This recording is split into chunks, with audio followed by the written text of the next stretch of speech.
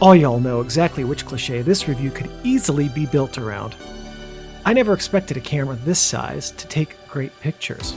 Okay, maybe the Contax cameras, sure, but not really anything else. Compact cameras that could take a good photo were, to me, few and far between. On a whim, I tried the T-Proof, based on its reputation as both the T-Proof and T5, and that it's a great camera in either body.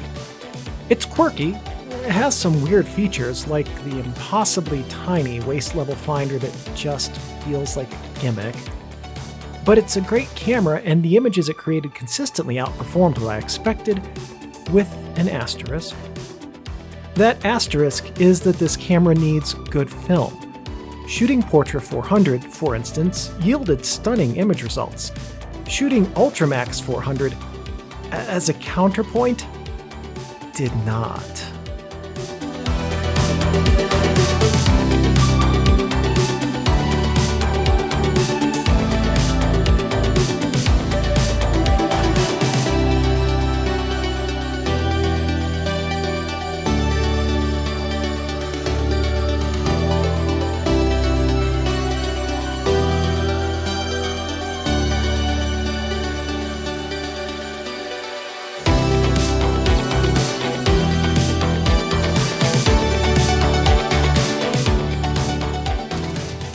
Among the things in the T-Proof that worked well, the Zeiss lens should always be named first.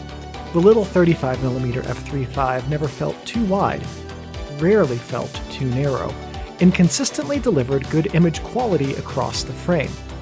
When cameras like this were released, in general, the images that labs returned would crop some of the frame. Often, images would be little more than APS-C-sized crops blown up to print size. Many 90s cameras had decent to good center sharpness because that was what would generally be enlarged. And the peripheries of the image circle could be trashed. Not the T-Proof, though. The images in the video are either completely uncropped or cropped minimally. This lens lets the entire frame be used, and used well.